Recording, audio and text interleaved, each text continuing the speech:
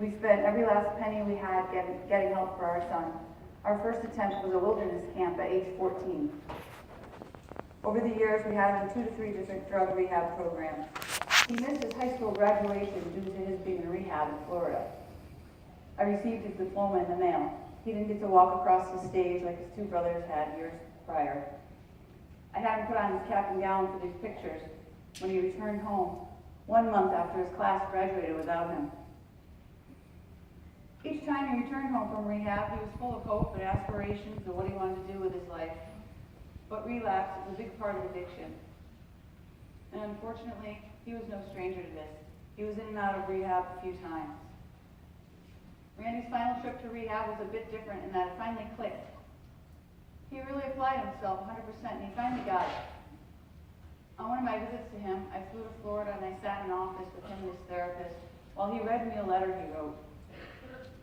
He read aloud as he cried. I was ecstatic. He had finally reached out of that rabbit hole and grabbed a helping hand. His letter explained how drugs had affected his life negatively. This was the eye-opening experience that we had been waiting for.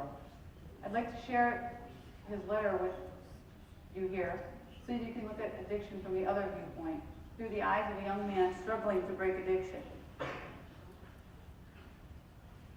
My life has been in a spiritual void in the sense that I have become obsessed with using drugs that alter my mind. I became oblivious to the fact that they were impacting my life negatively. I preferred the feeling they gave me over my own success and well-being. I highly respect other people and churn with the desire from the inside out to help them, but I lacked the self-respect to act on it because of how self-centered I've truly been up until this point. I lay here knowing that I have nothing to my name other than debts to pay off and my life experience. I have a loving family to go back to who for some reason continues to look out for my best interest because I failed to do so over and over again. Compulsively, I have acted out on my addiction despite the constant negative consequences I face. It's clear to me that I am not the only one who suffers from where my fate has landed me. The pain I impose on my family because I have put drugs first on my list of priorities instead of wanting to give back to them is a pity. I refuse to wallow in that knowledge because I know I have what it takes to turn my life around. I have been striving to become the best version of me that I possibly can be, and I feel as if I finally landed in the right place at the right time. My life is in shambles, and I wonder whether or not I'll end up in jail after this, but I just keep telling myself to live for today. When a person can realize their addiction, like I am realizing my own, it becomes clear that I have blamed every single negative consequence I face on society or society's rules, or my parents' rules, when really the problem was me all along.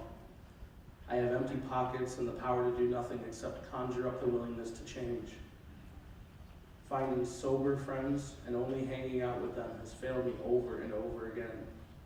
Being alone in my room and cutting all ties except my family hasn't worked.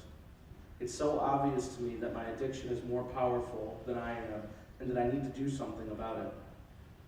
In the past, I would have always reverted back to my old ways at such a startling pace that it's scary to think about. I would have never guessed in a million years that it would be me with this problem. I am willing to do literally anything and everything it takes to stay sober. I am an extremely motivated person, and I have to put that motivation in the right place.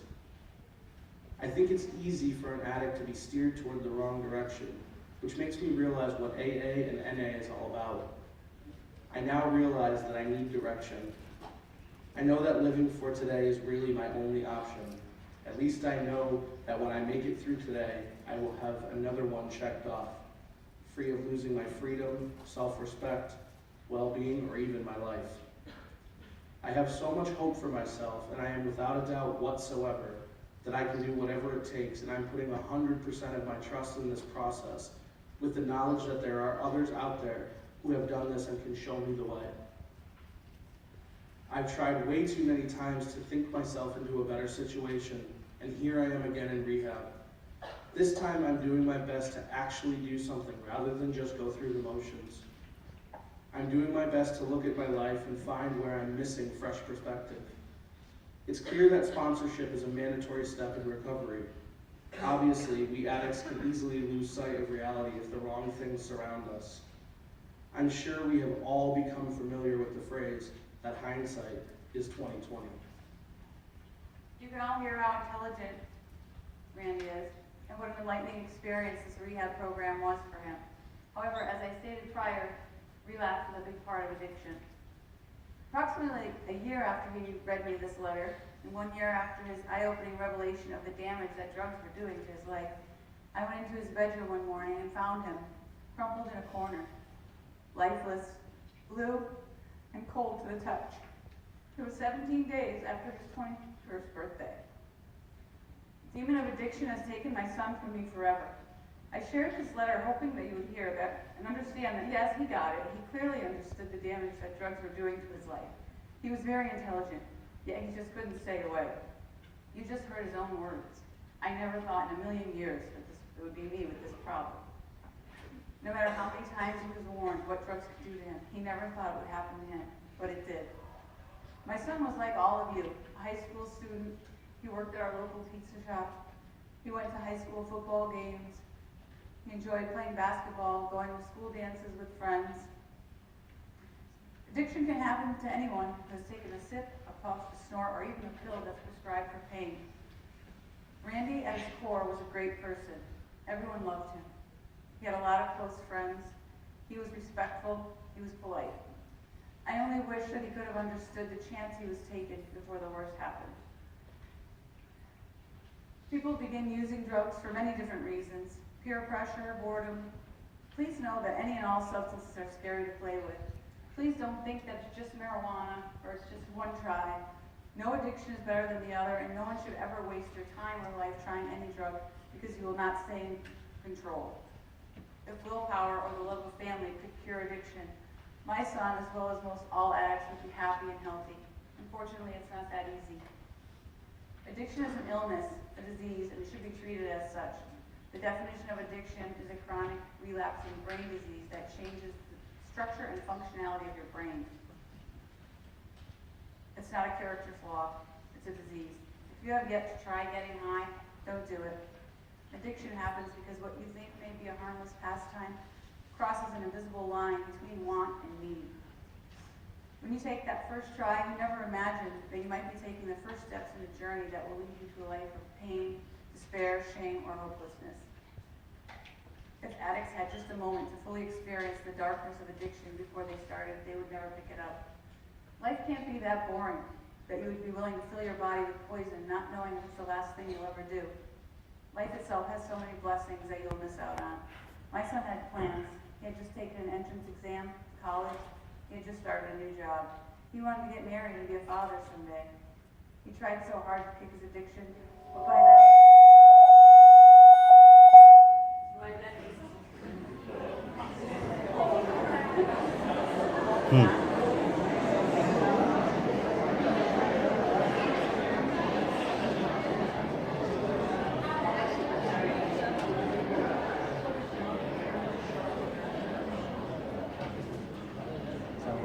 Fuckers. Can you guys hear me? Yeah. Okay. he tried so hard to kick his addiction, but by then it was too late. Please remember that it's not just you who loses when you lose this fight. I'm left without my son. His brothers are heartbroken at the loss of their youngest brother. Our lives will never be the same. I can never be as happy as I once was.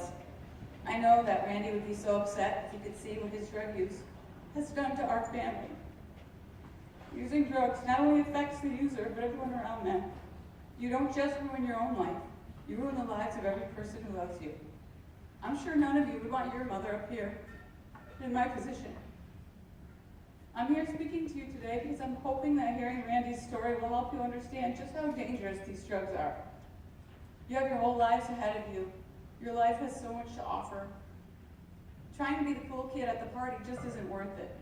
You're still young and you have some serious decisions to make in your life. What you choose today will decide what you become tomorrow. As my very gifted 21-year-old son pointed out to us in his letter, hindsight is 20/20. I know he would change his choices he made if only he had the chance. Your life is in your hands. Thank you for listening.